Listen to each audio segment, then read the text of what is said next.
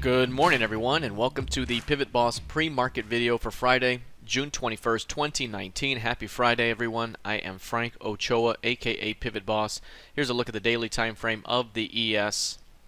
You'll see the previous session we had a solid breakout and continuation in pre-market trading. Price then dropped throughout much of the morning back toward the overnight lows, and then price rallied back into the close, finishing the day strong, finishing with all-time highs at 29.64 half. This high right back here was the prior all-time high at 29.61 quarter, so it surpassed it by 3.25 points. And now, after you have a high range day like we did the previous session, you tend to have a compression type of session.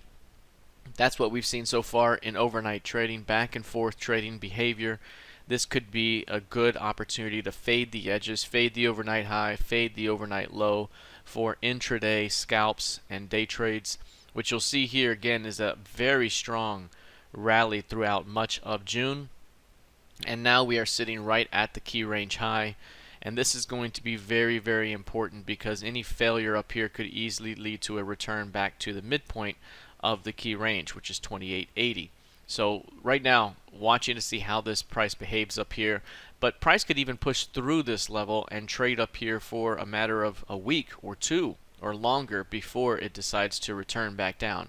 So not really eager to sell this at the moment, as it has been a very, very bullish trend, but watching for signs of rejection. Any major signs of rejection could offer a near-term opportunity to push this thing back toward the midpoint of the range, but right now everything is quite a bit bullish at the moment, so you got to continue to play the path of least resistance at the moment. And you can see these highs right here have been the highs before we've rotated back down multiple times.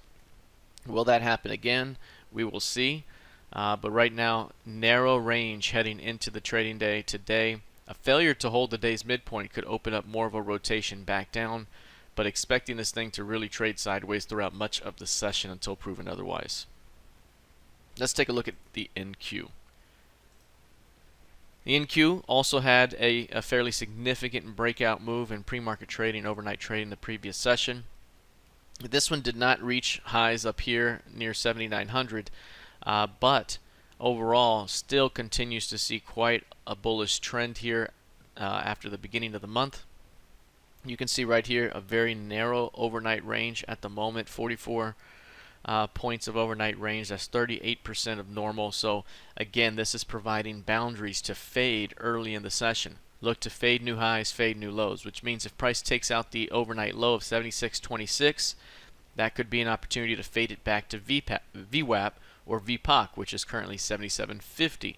And if price were to take out the overnight high at 77.70, that could provide an opportunity to fade it back to VPOC again.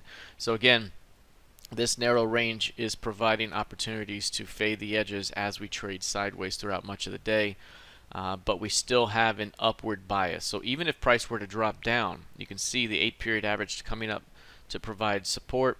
Even if we were to push back into that zone, it could still be a buying opportunity for another continuation into the highs of the year. All right, let's take a look now at crude oil. Crude had a tremendous breakout in the previous session, closing with a 6% gain. We talked about the potential here for a nice continuation to the upside. As a matter of fact, I likened the recent price action here to what we saw earlier in the year. Very similar price action where you had a strong rejection and a push higher, followed by absorption and then a continuation. A nice rejection followed by absorption and then a continuation. We knew that that could be the case. Additionally, we also knew that the 10-period range here was very, very compressed compared to normal, and we should expect some sort of expansion soon. That all came in the previous session, and it was a huge move up to the 57.40s now. And now again, after a high range day like we saw the previous session, you tend to have a narrow range day that follows. So right now, trading more quietly in a $1.32 range right now, 70% of normal. And again, this could be an opportunity to fade new highs, fade new lows with an upward bias.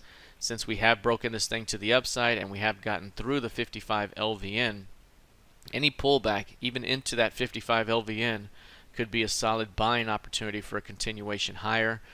Given the 10-period compression here, if we forecast from the lows here of 54.35s, that suggests we could go about as high as 62.35 on the next continuation over the next 8 to 9 sessions. So again, any pullback even into 55s here could provide a continuation up towards 62s over the course of the next 2 weeks. All right, let's take a look now at gold futures. Now this one has been on a tear to the upside. Another high range day today, 170% of normal, 29-point range at the moment, and just look at how it has exploded through the 1375 level. These are the highest highs seen in 5 years. And again, I keep going out to that weekly time frame here, and if we crunch up that weekly time frame, again, this has been a lot of years building this kind of rounded bottom formation off that 1375 resistance, and now breaking through that could really open up a quick move to 1525. That's what we talked about before. If it gets through 1375s, there could be a fast push into 1525 over the course of the next couple of months.